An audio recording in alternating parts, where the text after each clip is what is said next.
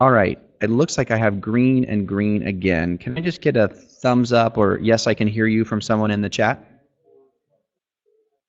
Yes, we can hear you. Excellent. Okay, great. Well, sorry for taking a minute to get things set up. Saswat and Rick and Ahad, excellent. Thanks, guys. It's really fun to be with you this afternoon. I am based in Austin, Texas, actually, home of South by Southwest. I don't know if any of you have been able to attend that event. We are a company based here in Austin, but are regularly in San Francisco and New York City, where I used to live. I've traveled only a bit on vacation to some of the countries where you are from, but I do not know very much about your entrepreneurial ecosystems and what it's like to start a country. It's not a country. It'd be cool to start a country, but what it's like to start a company where you are. So I hope to learn more about that today. We first got connected to Barack and the community that you're part of through this book. This book is called Get Backed. And we wrote the book to help founders like you be able to raise capital for your startup and get funded and get growing more quickly. So today we're really going to cover two things in our time together. I'm going to tell you briefly, as a way of introduction, a little bit about me. I'm going to tell you a bit about how to create a great pitch deck, and then I'm going to tell you how to use that pitch deck to go raise capital. That will probably take 25 minutes. I'm going to have Barack talk a little bit about ways that this information can be made more helpful to you all, given some different challenges that you face in your countries. And then we'll turn it over to questions from you guys. I will try to keep an eye on the chat box. So if you have a question about something I'm talking about right in that moment, like you don't understand a slide or you have a quick question, please note it in the chat box and I'll try to glance at that and answer that question. And then certainly be saving your questions for larger conversation topics for the second half of our time together to talk through those as a Q&A as the whole group. All right, so quickly as a background on me, this is a slide that is about my last company, and I want to share this spirit of humility. The plan for this company was to create an alternative to the United Postal Service, so how you all receive letter mail. And the proposition to the customer was that you would never go to your mailbox again. All of your mail would come to you on your iPhone. So we built and we're scaling that company. And as we were growing that company, we were basically had the core partnership shut down by our federal government, which runs the Postal Service. So in the middle of this whole thing, we run into this huge problem and attempted a new model, which was really hard to pull off. So a TechCrunch headline one morning read this: terrible idea punished with death. And you can see that this had 13,400 shares. So if you have built a company that failed before, I understand it. I empathize with you. Raising capital and building companies is really, really hard. And just like we celebrate the wins, it's also important to recognize and celebrate things that don't go that well when you have losses. So I have been there, and I hope you overcome these things more quickly than I did, but if you have failed or you will fail in the future, it's okay. The new company, as Barack mentioned, is called Able. We are a financial services company and have created a range of products to help small businesses and early stage businesses get more access to capital. Happy to talk more about that later. Unfortunately, we are only lending and providing our products in North America currently. So hopefully we'll have an international plan at some point, but we don't right now. Well, how did I get interested in this whole conversation around raising? Well, 10 years ago, I was having a conversation with this guy who was a legendary investor. And I was telling him about this idea that I had. And he said, well, would you like to get together with some friends over lunch to get feedback on your idea? I said, that would be fantastic. So we get together for lunch and have a helpful conversation. And he says, after the hour lunch, he says, did you achieve everything you wanted to at this lunch? And I said, well, it was wonderful and I learned so much. Thank you. And then he looks at me and he says, would you like $250,000? So that was not the anticipated finale of that lunch meeting.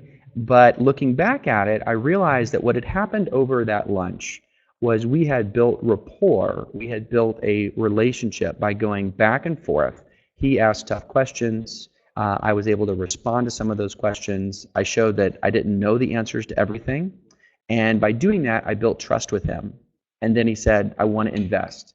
And that was one of the first times I learned about the importance of relationships, not just among co-founders, but having relationships that can even be based on friendship with your actual investors.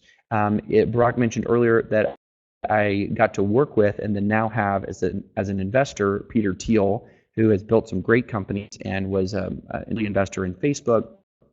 And Peter, often in making an early stage investment of $1 million or $5 million, will not really look at a business plan or a pitch deck. Instead, he will have a several-hour dinner with the founders. And so he's not trying to diligence, will these be the exact business metrics and business plan that makes sense? Because he knows and is likely to dramatically change. What he wants to get to understand is you as a person. We'll talk more about that a little bit later. We did get to write a book called Get Backed and have lovely, wonderful support from Barbara Corcoran, who's on Shark Tank. I'm not sure if you've seen that.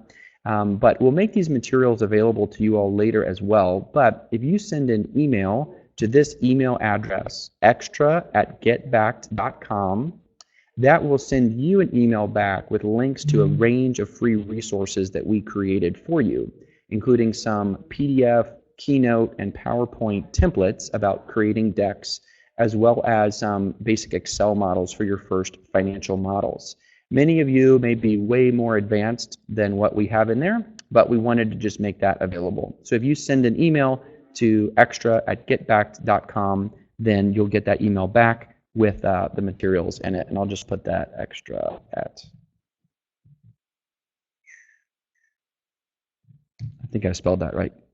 There we go. So send any email there and you'll get an autoresponder. Okay, let's dive into the content that we'll cover briefly today. So first is pitch deck basics. 4 things we want to cover here.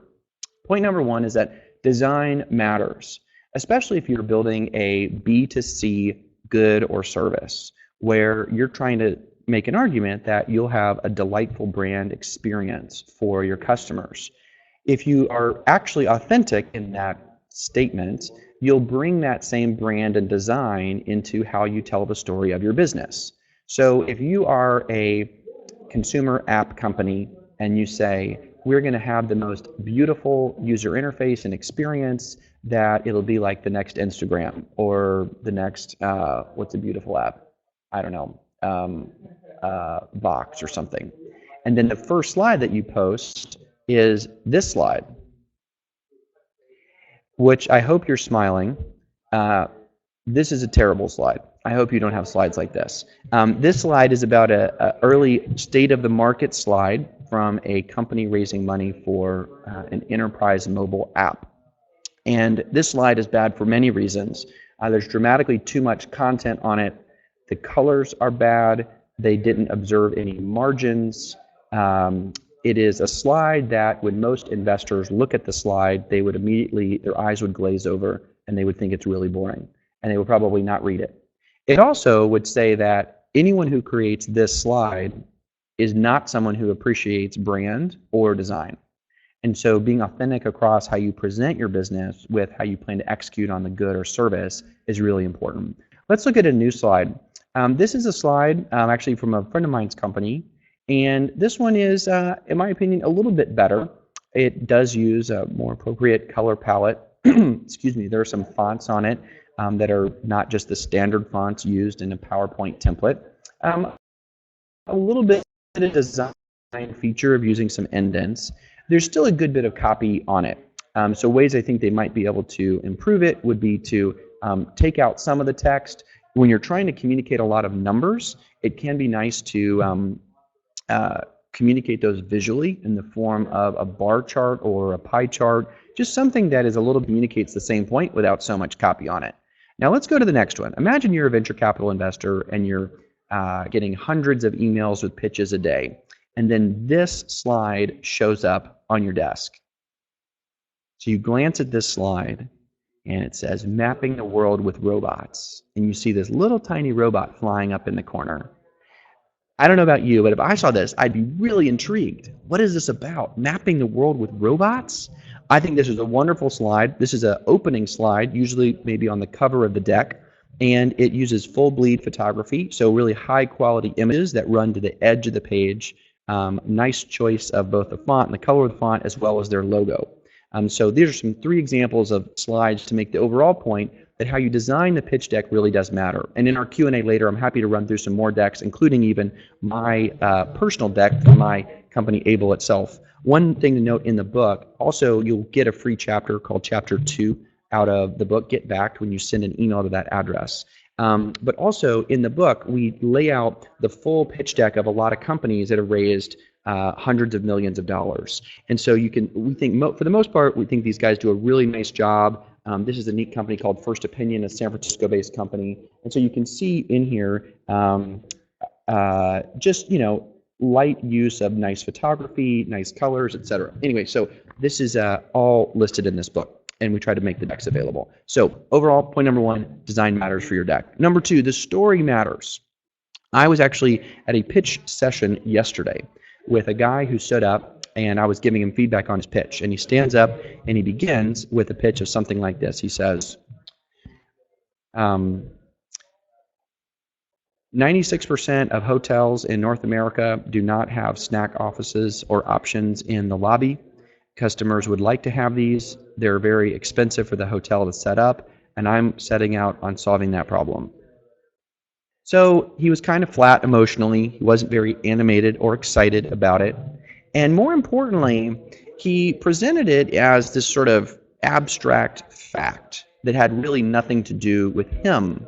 So we worked on it a little bit. We came back and I said, all right, what if we tried it this way? And he stands up and we do this little interaction. So we try it like this. We say, 2.5 years ago, I was 4 months into staying at the same hotel on a consulting project from Accenture. Every morning I went down to try to get a snack in the lobby, and there was no food to be found. And I just got curious about why this was. So, using all the resources at Accenture, I did all this research to learn about the state of food vendors. And once I learned how broken the system is, I was just confident that I was going to go build this business. So the nice thing about that story is it is a connection to you as a founder and why you matter as that founder and why you have what we call founder company fit. So many of you have probably heard the concept of product market fit. Now that makes a lot of sense. You want a product that finds a demand in the market, and that will hopefully mean low acquisition cost and high lifetime value of the customer. I also believe that there's a thing called a founder company fit, and that gets to you as a person and what is your story and why did you personally start that company. What that helps you get to is credibility with the investor that you are going to be a fanatic about building that and making it work. Quick example here, this is LensCrafters trying to sell eyewear to children. This is their website. It looks like they use some stock photography here, and they have a little description about why kids need eyewear, but really no sense of story at all to this company. Why does LensCrafters sell eyeglasses to kids? Well, it makes money. That's kind of all you need to know. Well, consider this company. This is a friend of mine's company named Jonas Paul. These are a picture of some kids, so the photography is beautiful, the product looks really nice. And you see right here, okay, kids' glasses with a purpose.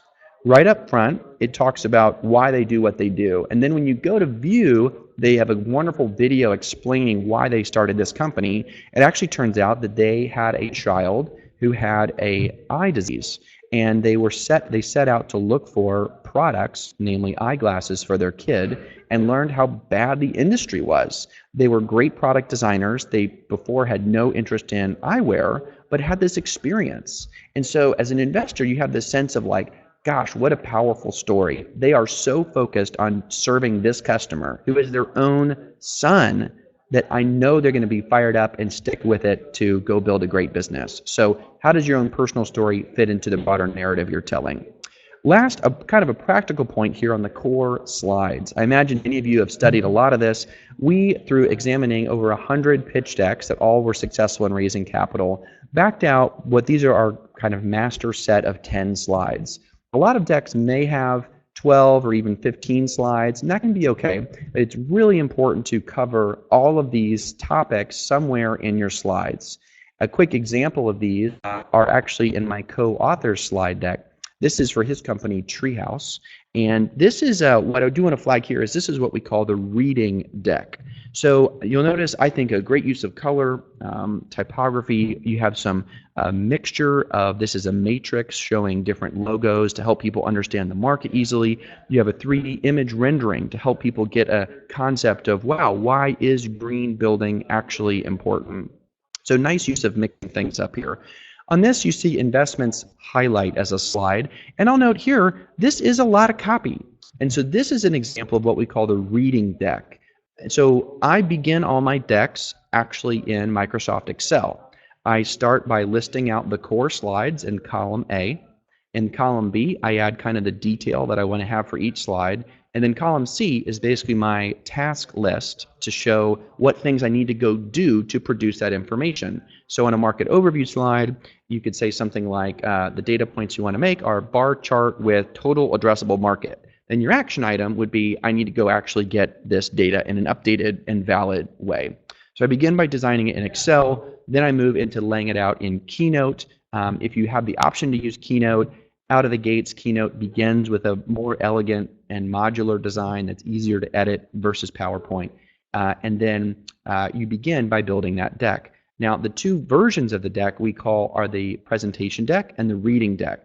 The reading deck is a deck that you would send to an investor ahead of time, and they would take the time to sit and read on their own all of the slides. So you can see here this investments slide. I did see some notes in here, a few notes about how can you buy the book. The book's on Amazon. We'll get on here and post a link a little bit later. I actually recommend it in print if possible. It is coming out in 4 languages, which we'll talk about maybe later. You can get it on Kindle, but I actually think it's pretty bad on Kindle. If you need it on Kindle, you can get it, but it is better as in print, I think. So the two versions of the deck are the reading and the presentation. So the presentation deck is the deck you'd use to support an oral defense of the business. So you're at a demo day, you are in an investor pitch, you're even walking a potential hire through the business. So you're using a set of slides to assist what you're saying out loud. So for example, if you put this investments highlight slide up, which all this copy on it, you put that slide up, what the person you're talking to is probably going to do is tune you out and instead just read exactly what's on the slide. So the presentation deck has very little copy on it, and you will be speaking over it. The reading deck must be able to be read sitting by someone alone. So it's the same set of slides, but the presentation deck has much less copy on it. The reading deck has a lot more copy on it. Those are some basics around the pitch deck. So the pitch deck is this set of slides as a PDF, Keynote, PowerPoint presentation that articulates basically making the case for someone to invest in your business. A point we love to emphasize in the book is that pitch decks are not only for raising capital. If you have a startup and you don't have a pitch deck, I would actually argue that you don't have a startup. Many people say that I don't have a deck yet because I haven't completed my full idea or I don't have all the data. We encourage people to go ahead and create the shell of your deck today because it reminds you of the components of the business you have to figure out. So, is it just you today? What do you put on your team slide? You list your name and your bio, and then maybe you list like CTO, head of product, and maybe list some features of that person. Laying out your full pitch deck now will help cast a vision for what you have to build in the future. So once you have the pitch deck, the question is, how do you use the deck to go actually raise capital? So let's dive into that topic right now. You've got a wonderful pitch deck, you've got a great idea, and you're trying to go raise capital to fund your business. I will recognize up front that this is written for an American or North American audience of people raising venture capital in the United States. So we'll have Barack hop on in a few minutes to explain ways that this advice might not be right for you guys. And I recognize that, and thank you for your kind of flexibility on this. So There are 5 sources of equity capital. So as we think about the balance sheet, we have 2 financing options of debt and equity. Debt comes with it anticipated future payments being made back on both the principal and an interest rate on the debt. Debt's usually only for companies that are generating revenues. Then on the equity side, equity is selling part of your business in exchange for cash. So when people come buy part of your business, they become owners of it, and their anticipated exit is on a future event of your company either going public or being bought by another company. The portion of the business that they own would be returned to them in the form of cash. 2 basic options. Now, there are 5 rough funding options on the equity side. In this chart, we see from the x-axis, beginning with the seed stage, moving all the way up to the late stage, and then how much money you're trying to raise on the y-axis. So in general, you might think about these different buckets of capital being relevant for you over time. So you start out with an accelerator, then move up to crowdfunding or friends and family, angel investors and angel groups, all the way up to formal venture capital funds are the pools of people you can go pitch for money. There are sort of 2 standard structures of how people pursue, and I just want to make sure you're familiar with the nomenclature or how people say and communicate these terms. I hear a lot of terms and acronyms that I often do not know what they mean. So I want to make sure that you know what these basic terms mean. There's 2 basic rounds or basic structures for how to build your equity financing round. The first is what we call a priced round. A priced round means that you're establishing a valuation for the business up front. You're offering for sale a portion of the equity, and then based on that price, the investor is buying a portion of that equity. The language you'd use to describe this, thing like this: I'm raising meaning how much money you're raising, $1 million, on 5, meaning on a $5 million pre-money valuation, for a 6 post. So this means that you're raising $1 million on a $5 million valuation, meaning that your business is currently valued at $5 million. The post-money valuation, post-money, just means after the new money has come in. Post-money, what is the new valuation? And that is simply the actual valuation plus the cash that you received from the investment equals the post-money valuation. So how much you raising? Raising $1 million. What's your pre-money? 5. So that would be 1 on 5 for 6 post. The other instrument is a convertible note. The convertible note is technically a debt instrument which can have an interest rate with it, but it really functions more like equity. So in this model, you would say you're raising $1 million, and then there's 2 major components that you'd want to focus on in the negotiation. One is what's called the discount rate. The discount is basically a reward to the lender for being an early participant in supporting your company. The greater the discount, the greater the reward given to the investor in the form of when that debt converts into equity. So basically, if you raise money on a $10 million, you're doing a cap right now, you're doing a convertible note, and you have a 20% discount. You bring in $1 million. If you then go raise another $1 million in a year from now at a $10 million pre-money valuation, the person who had the convertible note would convert that note into equity at effectively an $8 million valuation. So what you need to know as a founder is that you want to have a smaller discount, so a lower discount. 10% is better than a 20% discount. You also like to have a higher cap. The cap is put in place to protect or reward the note holder in case that your company has a massive increase in valuation. Meaning, if it was uncapped and the valuation was $20 million, it would convert at $16 million if there was a 20% discount, unless there was a cap, which basically says there's a price ceiling to the price at which that would convert. Now, let's talk about the interesting stuff. Yes, I will certainly send you guys these slides as well. Yeah, happy to do that. So this is the funnel. Now, I meet a lot of founders and I ask them, how is your fundraising going? And they say like this: well, I'm really encouraged. We have had a number of very positive conversations. We're feeling good about it. Okay. Now, if you ask that same person about their sales pipeline, how are sales going? If they said something like, we've had some really encouraging conversations, I think you would say, what are you talking about? You need to know what your numbers are. How many have you had? How many have you converted? How much revenue have you generated? What is the churn on that customer base? You'd have all kinds of questions. What we find is that people are very lazy when it comes to being disciplined and raising capital, whereas they can be very focused when they're pursuing customers.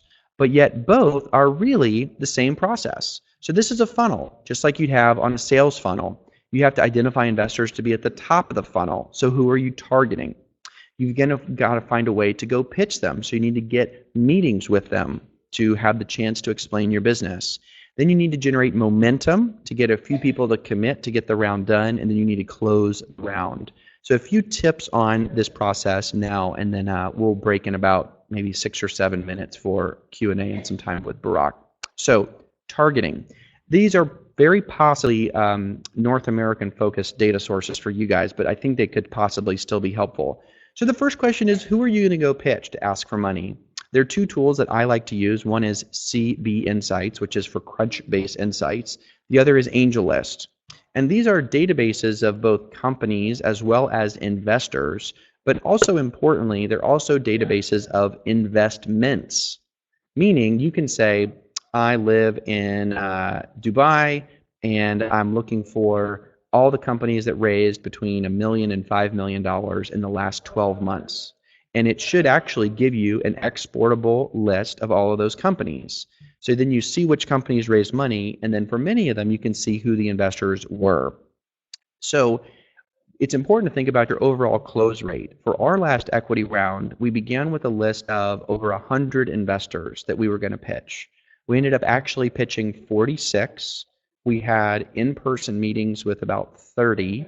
We then received 2 term sheets and closed 1. So we're really good at this, and we had a close rate of 2%. So let's say that you're like way better than I am, like you're going to be twice as good as I am, and you're going to close 4%. That means that you need, at least 25, 30 more meetings in order to close 1 investor. So you need a really long list of people. You need to qualify those people by saying, are they people that have invested in my city or country before? It's not required, but they're usually more comfortable if they have. Have they invested in my industry or product type before? Do they do enterprise SaaS? Do they do consumer products, whatever your company is? Number 3 is, have they written a check like the kind of check you're asking for? I make this mistake all the time, where I go to people because they have money, but they don't regularly write the kind of check I'm asking for. So if you're raising $200,000, you would never go to Andreessen Horowitz on Sand Hill Road because they only write checks that are much larger. Similarly, if you need $10 million, there are many angel investors that only write checks. So make sure you pitch people that write the kind of check you're asking for. And the last area is, are they actively writing checks? Many, especially venture capital firms and funds, go through seasons where they are not writing checks. They could be between funds, they could be conflicted out of your industry, a whole range of reasons. So they will not tell you that they're not writing checks because they want to keep the relationship open. But it will be a huge waste of your time if you go pitch people that are not actively writing checks. So apply some criteria to that list of people, rank them, and now you have your pitch deck. Now you have your targets. It should be at least 100, and they're ranked. Now the question is, how are you going to get meetings with these people? You probably don't know most of them. So in reverse order here, it's always great to get a warm referral or introduction. So networks like what Barak has put together and other entrepreneurial programs that may have mentors or advisors, those are great places to go to ask for introductions. So it's always great to get a warm referral. And if you've never been on this side of it before, I used to feel like I was imposing or I was a burden on people to ask them for an introduction. And then I started to realize that for me, for example, if one of you sent me your pitch deck and said, Evan, would you introduce me to someone at Excel Partners, because I know they're investing in India and I think they could be a good fit. From my perspective, I used to feel kind of burdened, like, oh, I'm going to be imposing on Excel. I don't really know this person. Do I really want to send this intro? But I changed my thinking to actually believe that the goal, the purpose of a venture capitalist is to get deal flow, is to get more deals coming through so they can evaluate more deals and find the right ones. So the way I think about it is, if you send me a deck and it passes my quick muster, that it looks reasonable and you seem like a good, compelling person, I love to make the intros, because I'm actually helping the venture capitalist by giving them more deal flow and giving them a chance to look at it. So I would be willing to ask people for referrals. Cold asks. Again, venture capitalists, their job is to get more deal flow. So do not be afraid of actually asking people cold. There are tools to help you find their email addresses. You can often direct message them through AngelList, which I think is a dramatically preferred medium as opposed to asking them directly on LinkedIn, for example. And then certainly if you have an email, yeah, okay, cool. Business model canvas, first step in sending a PowerPoint presentation. Yeah, okay, let me talk to Varun's question right now about sending an investor a PowerPoint presentation. So the best way to do this, well, actually, I'm going to make one more point, come back to that, and this might be relevant here for you. So the third point here on getting meetings is it's great to meet investors before you need money. Often we're scrambling, it's already time to raise money, we're desperately trying to find investors, and we're thinking, I really want to go pitch this person, but I've never met them before. So one trick is that we've tried, that's worked pretty well, is write the investors when you're not raising money. So we did this and we said, hey, Mr. So-and-so, subject line was not raising money dash 20 minutes of feedback question mark. And we said in the email, I noticed that you're on this board of this company and I think we've dealt with similar problems. Here's what we're doing, and I was hoping we could have by phone to get feedback on this. We asked about 50 people that, and about 20 of them said they would do it. So we had 20 productive conversations with investors when we were not raising money. Those are a great set of people that in 6 or 9 months you can go back and say, hey, I loved your advice, we took your feedback, we incorporated it, here's what we learned, now we're raising money. If it could be a fit for what you guys are looking for, I would love to connect with you. So that's a way to kind of begin to build those relationships before you're actually raising money. It is really important to let them know that you're not raising money. You don't want people to think you're in some sort of gray zone of sort of flirting with raising money. So from Varun's perspective, his question about sending PowerPoint presentations to investors, I think a great model in the referral approach is, let's say that you wanted to reach Jim Baehr at Excel, and you and I chatted, and you were going to go through a referral through me. What I would say to you is send me an email that says, hey, Evan, I enjoyed our conversation. Thank you for all the wonderful feedback, and your offer to make the introduction to Jim Baehr at Excel. So you establish that you and I talked. Then you want to establish why you want to talk to Jim. I've really appreciated Jim's involvement in India over the years, and his investment in such and such company makes me think he could be a fit for what we're doing. As a reminder, I've included some basic information about our business below. And that could be some bullet points or maybe a 100-word description of your business. And then what I would do when you send me that email is I forward that email to Jim, and I say, Jim, can I connect you with Varun? Jim writes back yes or no. If he says yes, I reply all, copy Varun. If he says no, I write back to Varun and say, wasn't a fit for Jim. Then the ball's in your court to establish how you're going to connect with Jim if he takes you up on the introduction. I do think it's good to send over more information than less. Investors that are serious are likely to spend more time reading all your material. And then I also think it's important to say that in-person meetings are really important. This may be different where you guys are, but at least trying to get some FaceTime over Skype, if not in person, goes a long way. 2 more quick points, and then I will invite Barack on here for any quick comments, and then we'll turn it over to questions. So guys, do be, as you have questions, go ahead and post them in the chat box now so we can see them and make sure we can hop on and answer your questions. So feel free to fire away any questions right now in the chat box, and those will be the ones that we dive into. So how do you generate momentum? I meet a lot of people who say, well, we've had 5 or 6 positive conversations, but we just don't know how to generate momentum. No one is fully committed to do the deal yet. It's 10 a.m. here, so I'm having coffee, just so you know. So well, here's one way that we like to try this. So when you go into a meeting with an investor and you are making an ask for money, number one, it's really important that you actually ask them for money. You don't want to come in and sort of flirt with them around the issue of, are you raising money? So when you have 10 minutes left in the meeting, you get to a slide, which could be your use of proceeds slide or the financing slide. So we're raising $1 million. We're going to use it for these purposes, and it's going to help us reach this next stage of the business. So you get to that point in the conversation, and what I used to do is say something like, well, if you're interested later, let me know. You can send me an email. Just keep me posted. And then I would try to leave the meeting. Well, that was a terrible approach because it gave them an easy out. Instead, we really encourage you to actually make an ask for money. And one trick to do that is you say, 2 tricks here. So the first is, instead of saying, would you give me a check for $100,000? You can actually say, we're raising $1 million in a convertible note, and we are looking for great partners, and we think you could really be. Can we reserve a $250,000 allocation for you?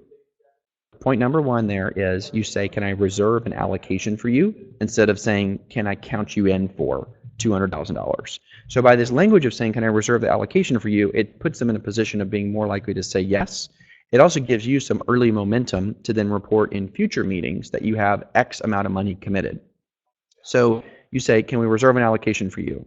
Then, so practicing with you, raising $1 million, and I'm here because we, can we reserve a $250,000 allocation from you?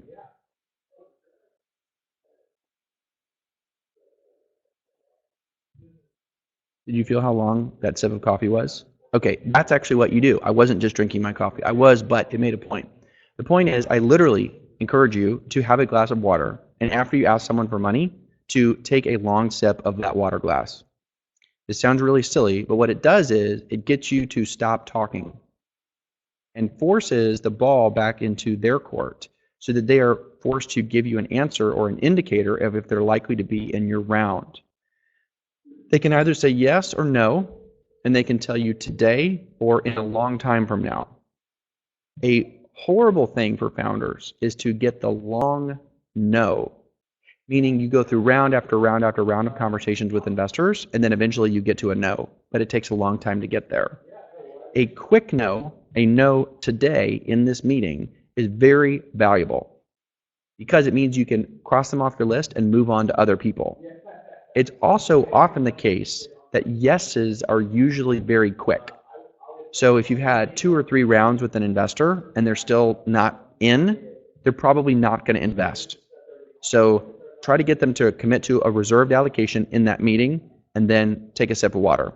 The last slide I'll put up here is just an example. This is a screenshot of a tool I use called Contactually. It's a CRM tool. You don't have to use this tool, but I want to just explain what this is. So here you can see the 6 or 7 stages in our last equity financing round. People were on the wait list, people we then need to schedule a deal with, we've scheduled the deal with them, we've met them, we did diligence with them, we're in our second round, and then we have an offer. So we organized it this way, and this is a snapshot from the middle of our financing round, to help us remember where all the deals are. So this individual deal is Khosla, and then everyone listed with Khosla is actually part of that deal itself. And using a tool like this, or actually any other CRM tool, or even using Microsoft Excel, keeps you organized and honest and focused on what investors do you need to circle back with and who are you going to go to next. So the broad point on how to go raise capital, how to organize the roadshow itself, is that you should be as disciplined and metrics driven with your fundraising as you are with your own customer acquisition. So, Barack, let's do this. I'm going to have you hop on and video or audio. Maybe if you want to just talk for a few minutes. There's probably things that I said that are totally wrong, or just any added layer to what we went through relative to where many of the participants are. Evan, thank you for the great presentation. We are very happy to host you today in our. I will be talking about very briefly the calculations you have done and some legal differences. Although there are many differences in legal structures in many countries in the region, I think the knowledge you have told in the presentation is global. All the set that we have to know. It is not differences. It shouldn't be different in depending on the country structure, especially pre-money evaluations, post-money evaluations. Global terms and calculations. In our acceleration process, we also teach the same terms when the startups are in the early stage, especially seed and idea stage. So I could easily say that the terms and also the calculations you did were the basic of the startup finance that everybody has to know. There are, as I told you, there are differences in the different countries. For example, in Turkey and many countries I know in our region, we don't have convertible notes or loans, which is a standard form when you raise money in US, especially in the developing, also already developed ecosystems such as US, San Francisco, or Austin. We have differences, especially in legal terms, in different countries. In these, making easing tools for the especially early stage companies to raise money. That is for one of the differences that we have to tell. And you have also after the calculations and terms, you have also mentioned about the importance of the referral. It is important for everywhere. Networking and family kinds of culture is especially in the region common. So a warm introduction is passing your history and all power to the entrepreneur. Because if I introduce the entrepreneur with you, it is not a kind of email. It is also introducing the entrepreneur with my all history and backtrack with you. So I should not introduce somebody that I don't believe in. So it is very important. So I was also I know you told that it is better to read from the physical book, but I have already downloaded it in the Amazon, and getting back is in my ebook. But it will be our main source for the startups in our acceleration. The slides and the presentation model. Although we have some models over there, this all book briefly tells all the stages and also process. I could briefly say that if you have any questions that I can answer, especially for this culture, I am ready. Also, Daniel is online from our team. He will be moderating the questions, and he has also questions for you as well. Great. Well, thank you for those. So, okay. So right now, Barak, am I to just look through and pick some of the questions from the moderated chat? Yes, sure. You can also see the moderated chat, I think. Great.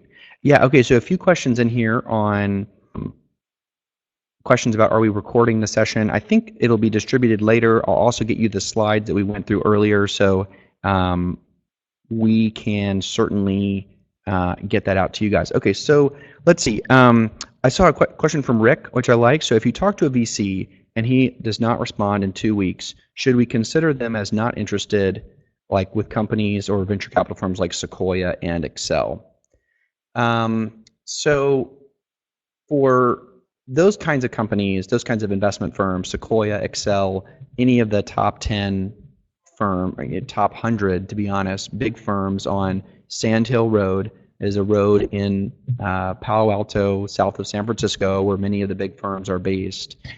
They receive, as a firm, thousands of pitches, maybe a day, certainly a week.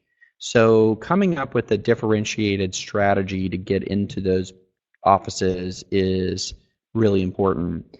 I would guess most of the deals that they do come through referrals. So meaning, hopefully, if you have a great advisor or investor in your company now, that they would have a tie to a partner there. That's a great way that can happen. I think if you don't have any ties to those firms, the bar is going to be pretty high to get them to consider your investment. So the other thing to think about, as if it were a regular sales funnel, is how likely are you to get it closed? Because the faster you close your investment round, the faster you can get back to building your business. So if you're not in the United States and you have no ties to Silicon Valley famous venture capital firms, I might say, don't even bother. Now, the exception would be, so Mike Maples, who's on our board and he's an investor in Twitter, was the first investor in Twitter. Mike, his line is, well, how do you raise money? Well, 2 steps. Be awesome, syndicate the truth. So if you're building a company in Turkey or Nigeria and you're killing it, you're just getting a ton of growth and it's growing massively and you're making a bunch of money, those can be the kinds of stories that would get you on the radar of one of those big firms. The other important thing to qualify, I think, is if a firm like Sequoia has never invested in a company in your country, it is probably very unlikely that they will invest in your company. So you do want to qualify the investors based on where they have invested before. Okay, I see Arvind asking about, can I apply for funding with just an idea?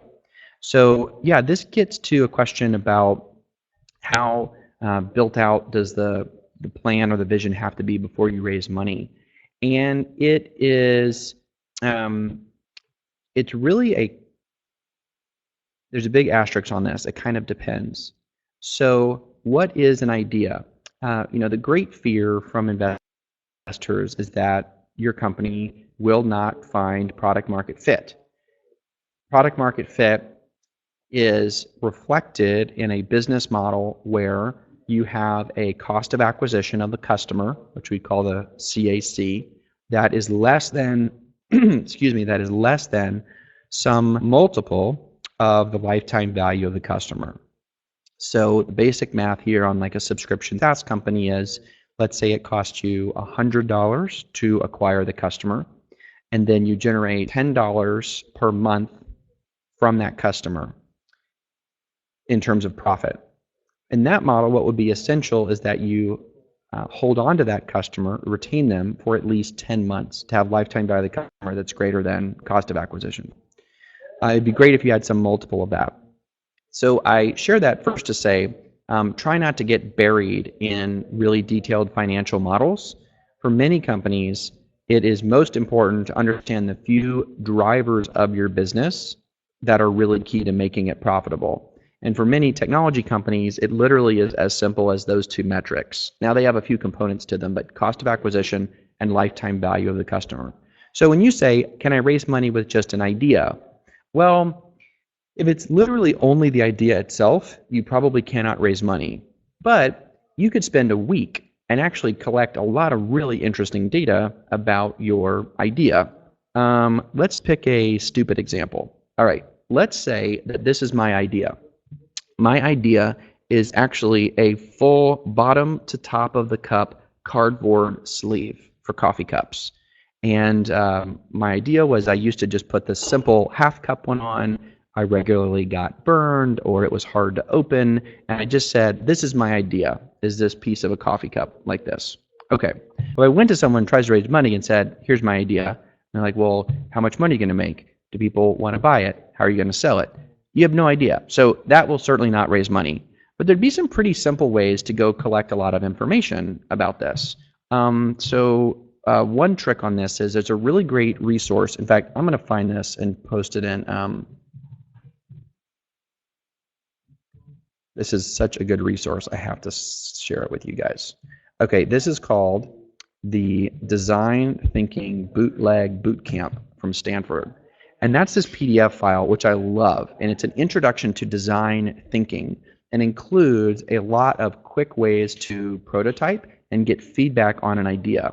So one example would be, all right, I'm going to go to a Starbucks and I'm going to have these coffee sleeves and I'm just going to stand there in the corner, and when people come over to get sugar in their coffee cup, I'm going to say, hey, would you be interested in a free coffee cup holder? We've seen that it better protects your hands and better fits in your cup holder in your car. Okay, so you say that to 100 people. Well, it costs you basically nothing to make these probably, and you'd say, well, how many of those 100 people said they wanted it? Okay, so that's like, did people say yes for free? It is really important to try to get people to pay for something, because what people say to you versus what they do economically is a really important distinction. So level one is like, all right, at the coffee shop, 3 out of the 100 said yes. They all thought I was like some creeper guy at the coffee stand, like handing them some laced cup or something. Okay, so you might have feedback from that. The next example would be, let's take 10 people that we know, give them a little digital camera or have them with their iPhone, and you'd say, I want you to go get coffee over the next 3 days, every day, and I want you to photograph your experience with getting your coffee cup. Just take as many pictures as you can. So take a bunch of pictures. Then after they've done that for 3 days, you go sit with them and you say, walk me through all the pictures that you just took. Help me understand what the process was like. So these are design thinking based ways to get early feedback on products that you've built. So the point there is, don't only raise money on the idea.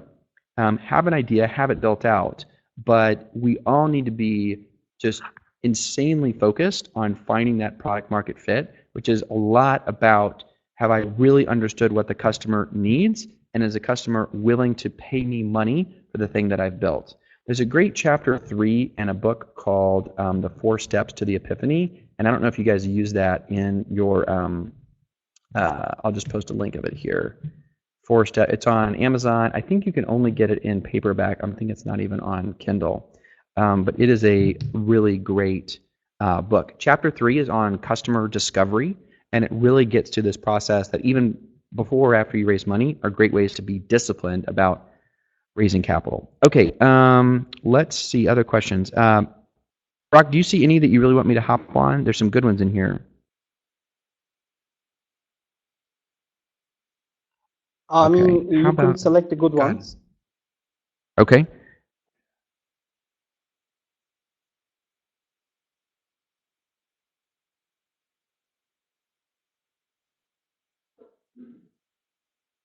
Okay, so okay, there's a few quick, easy ones here. Let's see. So, what's the ideal size of a pitch deck? What about the size of the first email? So, we suggest 10 slides for the first version of the pitch deck. That can be up to 15 slides. It's not like a hard rule. Many times founders say, but gosh, I have so much great information that I would love to include, and you feel like you're leaving something out. We'd encourage you to put those extra slides in an appendix at the back of the pitch deck so that it helps you focus on really the key ones in the deck itself, and that will make it more likely that the investor actually gets through the deck and reads the full deck, just to keep the important ones in front of the appendix. In terms of the first email, again, I think shorter is better. So if it's a cold email to investor, I would hey Tom, and then provide like the reason that you're reaching out, and ideally a shared connection. Varun suggested that we get in touch because of his great experience working with you as an investor. I have a company that does XYZ. I've included the executive summary below. I will be in London next week and would love to get together with you for an hour.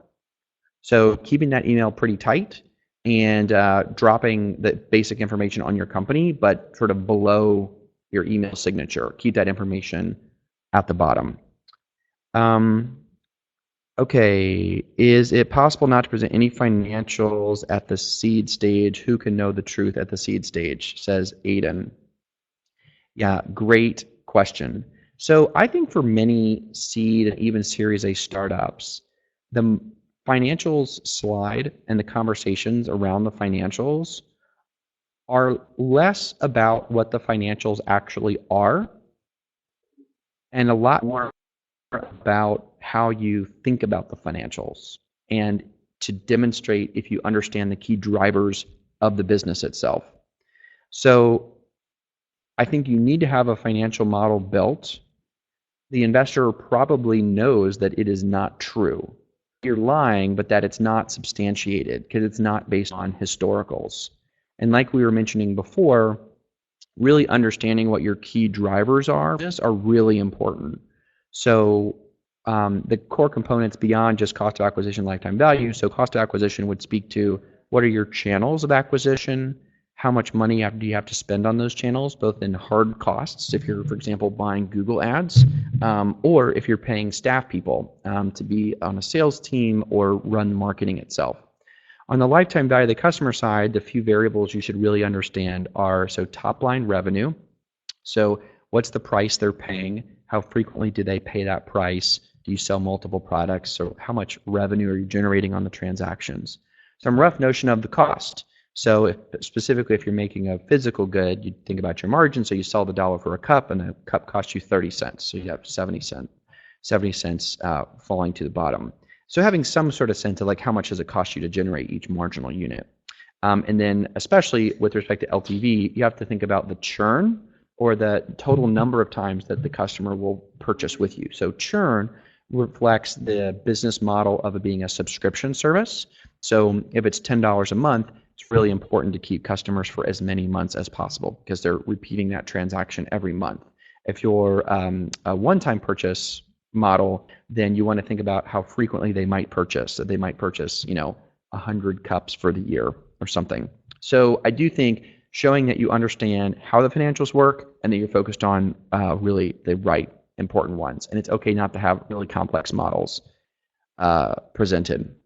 Farhan asked a good question. What's an opportunity for a fresh or new graduate? I get this question a lot. I'm excited that people are wanting to be entrepreneurs and are thinking about, how do I find an idea or how do I start a company? And there's another book I'll recommend. And let me actually here. This is even better. So I'm going to post a Medium article here, and this turned into a book. And I just read the book, and I think the book is excellent. And let me post this article. So this is a really nice read, and it's on this distinction between should and must, and how you live your life. And the argument is that we get very burdened by the should. So you should make an income, you should get a 401k retirement fund, you should be able to send your kids to good school, all these different shoulds, none of which are bad. But what she helps you do through this book is decide on what is your must, and do you have a must? And many of the great founders have this kind of crazy spirit of there's this thing I absolutely must do. I think you probably see it very visibly in Elon Musk, in the SpaceX efforts. We absolutely must get to Mars. And so he did not come up with the Mars idea by building an Excel model or pro-con. He was just like, I'm totally insane about this idea.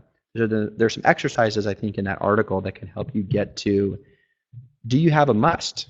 And how, if you don't immediately have one, how would you get to your must? Okay, Kevin's got some good questions. I have 3 worries. They say investors are not your friends. It's true because they come from far, only to ask you simple quiz prototype questions, and you die. Well, I hope that's a metaphor. Death by investor is very bad.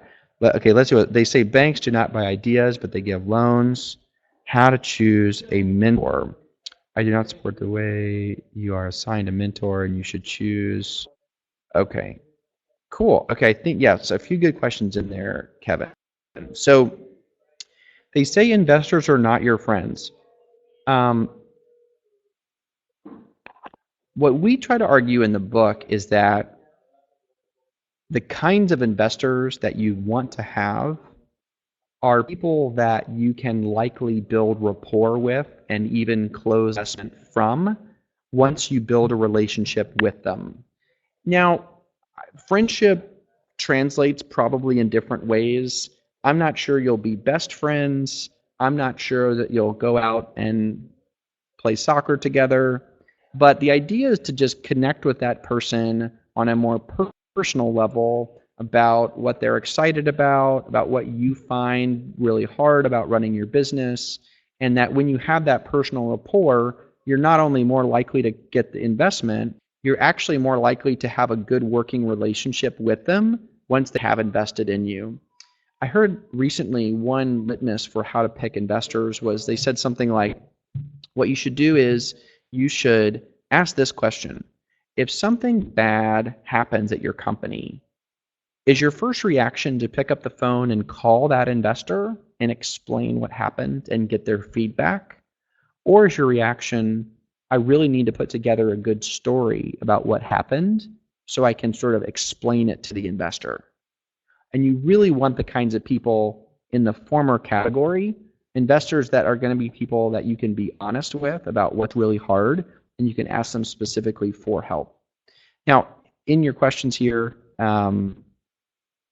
cool, yeah, Barack, I think we're probably just about up on time.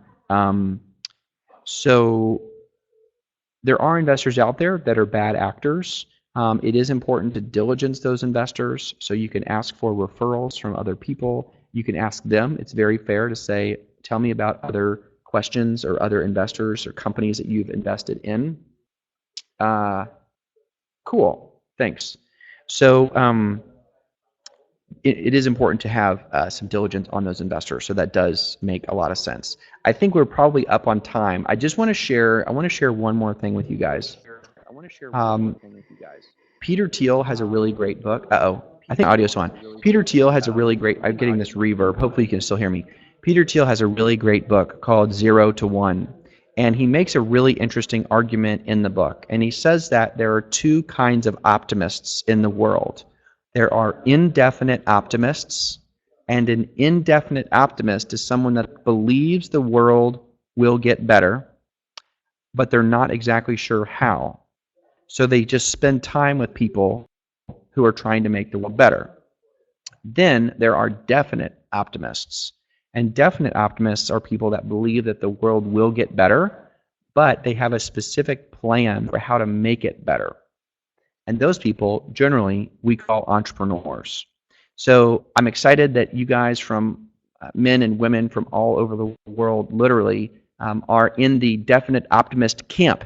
And you are doing this crazy thing called entrepreneurship, which is heroic and very hard, but very worth doing. So stay with it. Hopefully some of these materials have been helpful. We will get you an email with some additional materials in it. You can email that email us again, reminder just extra at getback.com, which will have an autoresponder with some content in it. And then really eager to see you guys succeed in this wonderful program that Barak has put together. So thanks for having me today. God bless. Keep it up from Austin, Texas. Yeah, thank you very much, Evan. It was really helpful for entrepreneurs and from everyone to hear the presentation. It was great to hear on how to structure the pitch deck. And it's really to put the fundraising process into a coherent structure. So the process is much more quicker and much more comprehensive. So we want to thank everyone who attended. We're glad to host Evan Baehr with us, and we hope to see him in our startup Istanbul. And we at TetaHome are always open to receive your pitch ideas. You can always email us or apply for one of our conferences with your business ideas, and we'll be very, very glad to review them and help you on this journey. Thank you, everyone, for attending. Have a great day, guys. Thanks, Brock. Thanks, Brock. Evan, thank you, and hope to see you in Istanbul. I'd love it. In our conferences. We will contact with you after the webinar. Great. Thanks.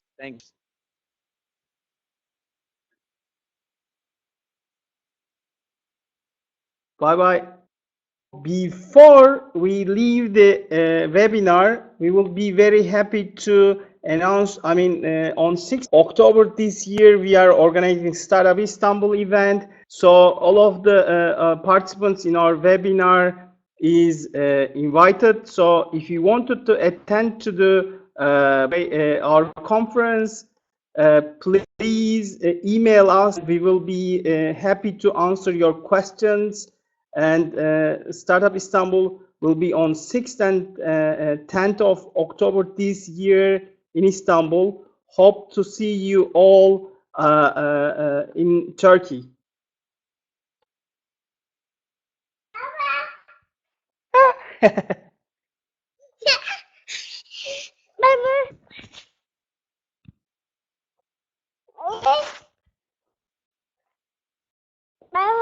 El salla.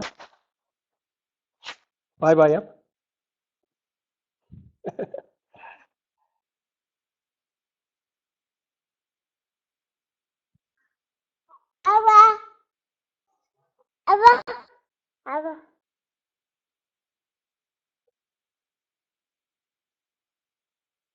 Bye bye. Hope to see you back in our next conferences.